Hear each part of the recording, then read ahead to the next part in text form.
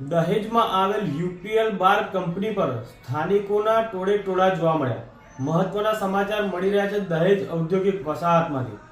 દહેજ ઔદ્યોગિક વસાહતમાં UPL company આવેલી છે. આ યુપીએલ કંપની દ્વારા સ્થાનિક લોકોને રોજગારી ન આપતા સ્થાનિક લોકોનો કંપની પર એક જમાવડો જોવા મળ્યો હતો, જેમાં કંપનીના મેનેજમેન્ટ સાથે ઘણા સમયથી રોજગારી બાબતે નોટિસ આપવામાં આવતી હતી, રજૂઆત કરવામાં આવતી હતી, છતાંય આ યુપીએલ બાર કંપનીના જાડી ચામડીના અધિકારીઓ દ્વારા સ્થાનિક લોકોને રોજગારી ન આપતા આજરોજ તેઓ કંપની પર દોડી આવ્યા હતા અને અનેક પ્રશ્નોને લઈ કંપનીના મેનેજમેન્ટ સાથે રજૂઆત કરવામાં આવી હતી અને જણાવવામાં આવ્યું છે કે જો આનું નિરાકરણ નહીં લાવવામાં આવે તો અગાઉના દિવસોમાં ગાંધી ચિંધ્યા માર્ગે કંપની પર ગેટની બહાર આંદોલન કરવામાં આવશે.